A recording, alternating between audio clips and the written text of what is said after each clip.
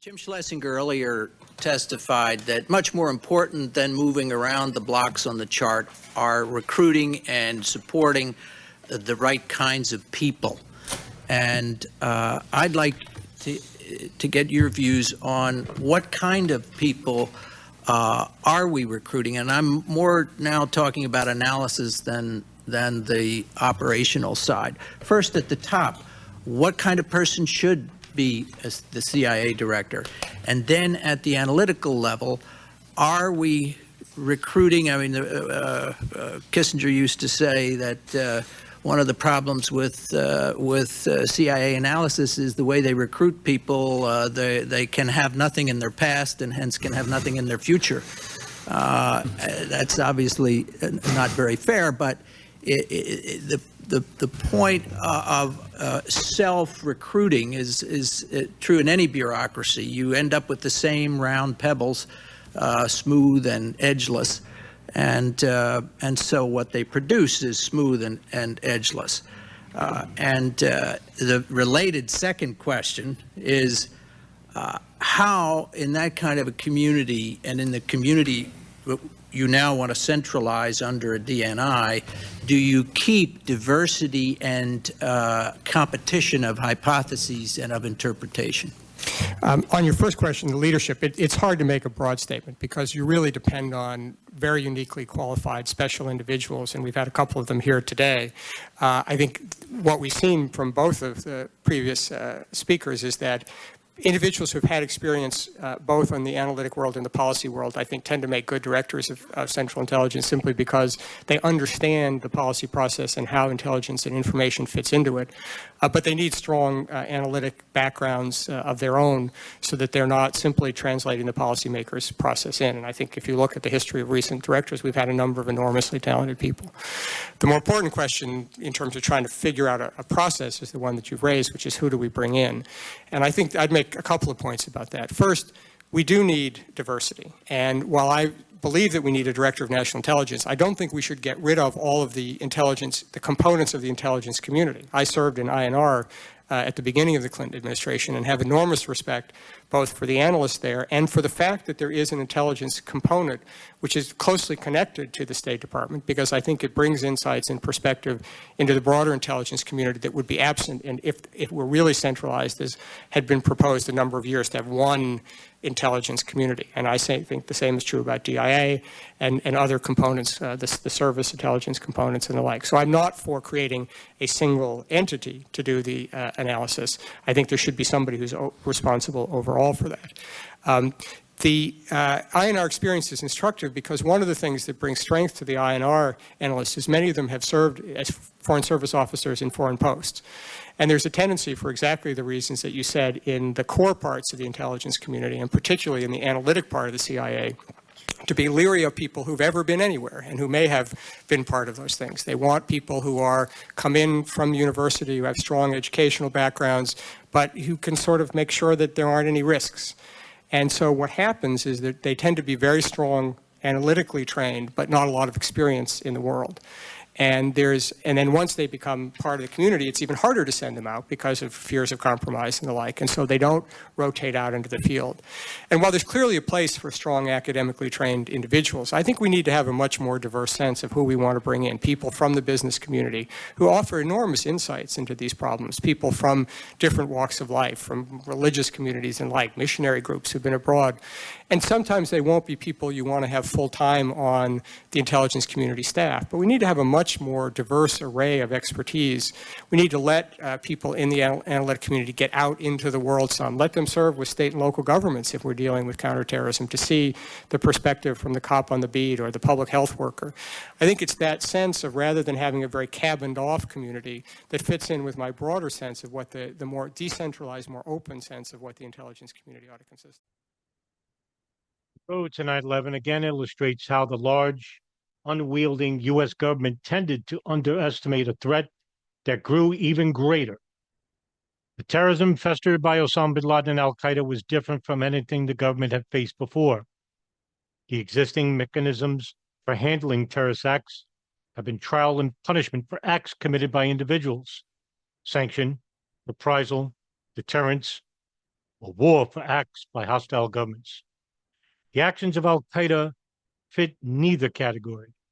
Its crimes were on a scale approaching acts of war, but they were committed by a loose, far-flung, nebulous conspiracy with no territories or citizens or assets that could be readily threatened, overwhelmed, or even destroyed. Early in 2001, DCI Tenant and Deputy Director for Operations James Pavitt gave an intelligence briefing to President-elect Bush, Vice President-elect Cheney, and Condoleezza Rice, its national security advisor, including the topics of Al Qaeda. Pavitt recalled conveying that bin Laden was one of the greatest threats to the country. Bush had asked whether killing bin Laden would end the problem. Pavitt said he and the DCI had answered that killing bin Laden would have an impact, but would not stop the threat. The CIA later provided more formal assessments to the White House, reiterating that conclusion. It added that in the long term, the only way to deal with the threat was to end Al Qaeda's ability to use Afghanistan as a sanctuary for its operations. Perhaps the more incisive of the advisors on terrorism to the new administration was the holdover Richard Clarke. Yet he admits that his policy advice, even if it had been accepted immediately and turned into action, would not have prevented 9/11.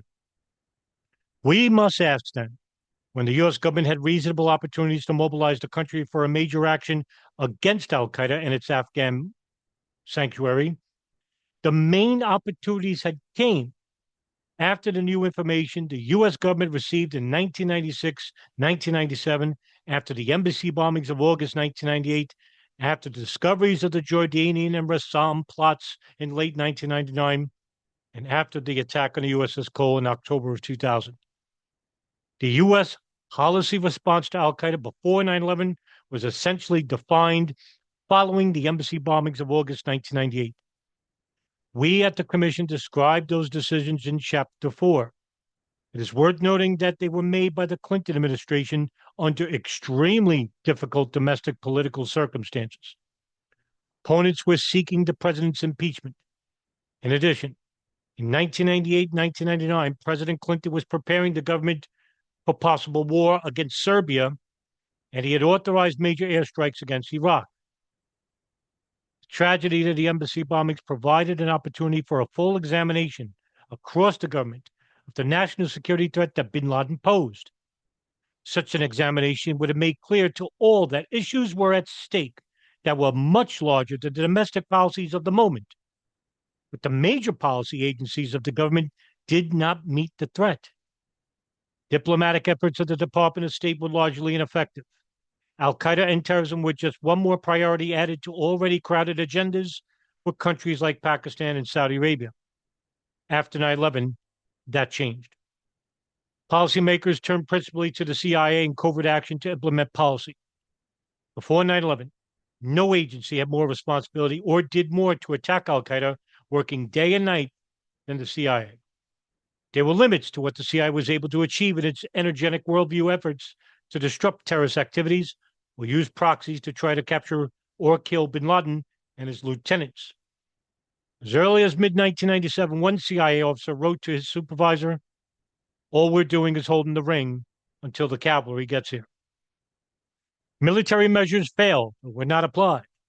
Before 9/11, the Department of Defense was not given the mission of ending Al Qaeda's sanctuary in Afghanistan. Officials in both the Clinton and Bush administrations regarded a full U.S. invasion of Afghanistan as practically inconceivable before 9/11. It was never the subject of formal interagency deliberation. Lesser forms of intervention could have been considered. One would have been the deployment of U.S. military or intelligence personnel or special strike forces to Afghanistan itself, or nearby, openly, clandestinely, or covertly. Then the United States would no longer have been independent on proxies to gather actionable intelligence. However, it would have needed to secure basing and overflight support from neighboring countries. A significant political, military, and intelligence effort would have been required, extending over months and perhaps years, with associated costs and risks. Given how hard it has been to prove to locate bin Laden even today, when there are substantial ground forces in Afghanistan, Its odds of success are hard to calculate. We at the Commission found no indication that President Clinton was offered such an intermediate choice, or that this opinion was given any more consideration than the idea of invasion. These policy challenges were linked to the problem of imagination we have already discussed. Since we believe that both President Clinton and President Bush were genuinely concerned about the danger posed by al-Qaeda, approaches, including more direct intervention against the sanctuary in Afghanistan, apparently must have seemed, if they were considered at all, to be disproportionate to the threat. Insight for the future is that not easy to apply in practice. It is hardest to mount a major effort while the problem still seems minor. Once the danger has been fully materialized, evident to all, mobilizing action is easier, but it then may be too late.